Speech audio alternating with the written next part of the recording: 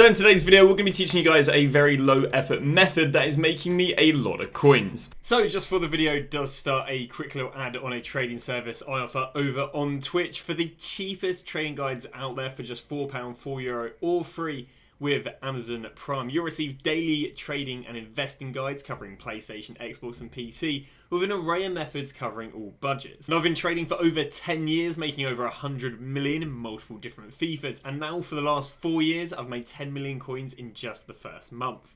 So in today's video, what we're going to be doing is we are going to be walking you guys through a brand new low effort method that has been making me loads and loads of coins as of recently. In fact, as of yesterday 6 PM. So the method we're going to be doing is going to be trading with the players that we used for yesterday's Evo, which is why it's a brand new method. But as it being a brand new method and a lot of people haven't got their head around how to make money on this, we're going to be teaching you guys how to make money. So the Evo that came out yesterday was a moment of truth, relatively demanded, obviously a bit team of the season related, so a bit of decent hype. It's also risen a lot of promo cards, and because it's risen a lot of promo cards, that's where there's the money. Because obviously in an Evo, you can use gold cards, you can use promo cards, you can use silvers, whatever. But obviously there is infinite supply of gold cards that are in packs. There is infinite supply of silver cards that are in packs. There is arguably infinite supply of special cards that are in packs.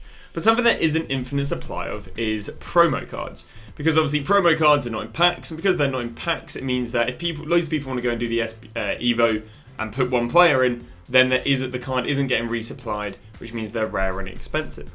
So for example, we can grab Talisca and Openda, and we can see that yesterday Talisca went from 35k and now he's selling all the way up to 45k. We can do the exact same here with Openda. We can see he's gone from 34k all the way up there to 45k.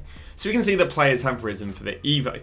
So how we're going to make money is we're basically going to be buying these players from people who haven't realised that they've gone up a lot because of the Evo. Because if you haven't been playing FIFA, I guess, since 6 PM the day the Evo came out, then you might not be aware that Openda's gone from 35k to 45k. So what we're looking for is people who aren't aware of this and they go and list up Openda's at 35k. So how do we do the method? Well, the first thing in the method, what we need to do is we need to identify a list, like you can see right here, a bunch of players that have gone up for the Evo. Because not necessarily every single thing that can be used in the Evo has gone up for the Evo. For example, we can see Mkhitaryan, and the going rate of informs at the moment is 38k, and we can see that, I mean, he might have risen initially, but he's back down again. So he's no more right now than a discard inform. Whereas obviously we can see Openda's 45k, so we can see there's significantly more demand for Openda than there is for Mkhitaryan. A better example might be Muniain, where we see that he's not really increased much. We can see before the Evo came out, he was about 14.5. Now after the Evos came out, he's 17. After tax, there really isn't any money on it. We're looking for basically at least a 20-30% rise. I mean, Kudos is a great example of someone who's had that 20-30% rise. We can see he's gone from 37k and he's extinct to 55, almost nearly doubled in price there. But obviously someone going up like 10% doesn't really have any money. Another example of someone who didn't really rise with the Evo is Castellanos. We can see again before the Evo is 35, now he's 38k, but that's more just because that's what all informers go for. So once you've got yourself a list of informs or a list of special cards that are being used for the Evo, what you want to do is you want to go and add them to your transfer list. So for example, let's say we want to go and add Openda. We thought Openda's a good player to go and trade with. What we're going to do is we're going to go and type Team of the Week Openda, and we're going to go and add him to the transfer list. Now the reason we add them to the transfer list is actually searching player by player by player is quite long. For example, if I was to go Openda, then I was to go over to Jackson. Obviously, between typing their names, you know, it's probably taking about 10 seconds maybe. But what I can do to search these players in generally less than like a second is by adding them all on the watch list. Instead of going through them typing in their names one by one, all I have to do is just press compare price, see if there's any good deals. Compare price, see if there's any good deals. Compare price, see if there's any good deals. So what you can see is this is significantly faster than if I was to go and type their names in individually. So that's why we add the players. On top of that, there's no more than 50 players to go and trade with. Because there isn't anything more than 50 players to trade with, it means it's very, we can basically fit all the players to trade with in this method on the transfer list at the same time. Now you can see I'm doing a little bit of bidding on these cards. You can go and win these cards via bid deals or buy now deals. But what are we going to go and win them for? Now, ideally, we're going to go and win these cards for around about 20% cheaper than what they sell for. So, for example, Talisca can go and sell for 45k. So, I mean, I guess I'm going about 15% cheaper. So if I want to go 15, 25% cheaper, that means I kind of want to get him about 7k cheaper or 9k cheaper than what he sells for. So if he sells for 45, that means I'll go and pick him up anywhere from about 36k through to 38k. So if I go and win him at 38k and sell him at 45k, that is going to be a 7k difference. He's got a 2k tax, meaning I make 5k on every single Talisca. I win for 35k.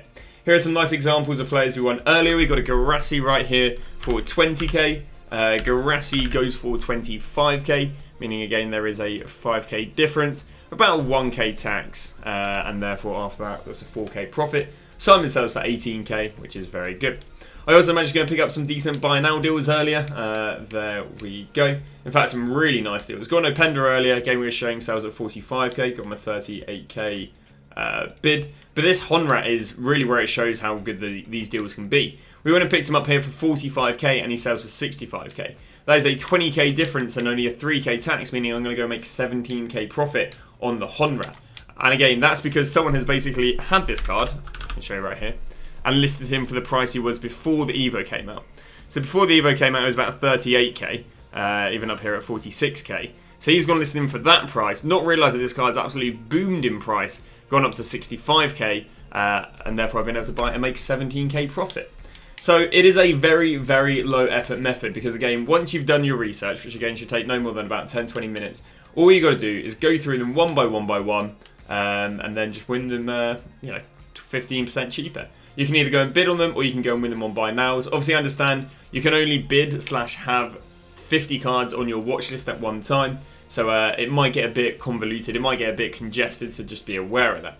Also, the second thing to be very aware of is we're trading with a lot of Team of the Weeks here, and EA drop a tradable Team of the Week pack. Now, the tradable Team of the Week pack is favoured to come out every single Wednesday.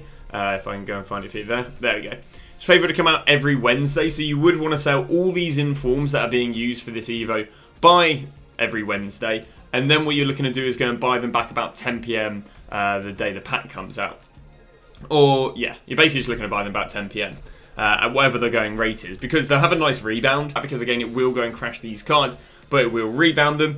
Also be aware that you can actually just trade with the special cards, so for example like Triple Threat Kiernan, Simon and Garassi. These guys will hold value. On top of that, there are 80 rated Team of the Weeks, and because the Team of the Week pack is a 81+, these guys also aren't going to go and crash, so cards such as Carlinios and Whittaker are nice and safe in forms to trade with, because again, they're not going to go and get supplied with the pack. And this method will work, honestly, until people don't really care about this Evo. So if we do get loads of really good Evos on the Friday, you might see the cards starting to drop because the demand to do a 100k Evo may not be as good when there's a free Evo. But when that free Evo's out, believe it or not, you can do the exact same trend, exact same play, and go and get yourself loads and loads of deals just by adding the players who are used for the Evo. And that's going to go and wrap that up. Regarding buying, the players are extinct as well for this Evo. Don't do it. EA take 2 weeks to increase price ranges. It's not worth buying players now who are extinct for this Evo. But that is that. Thank you very much for watching, and we'll see you guys tomorrow with a brand new video.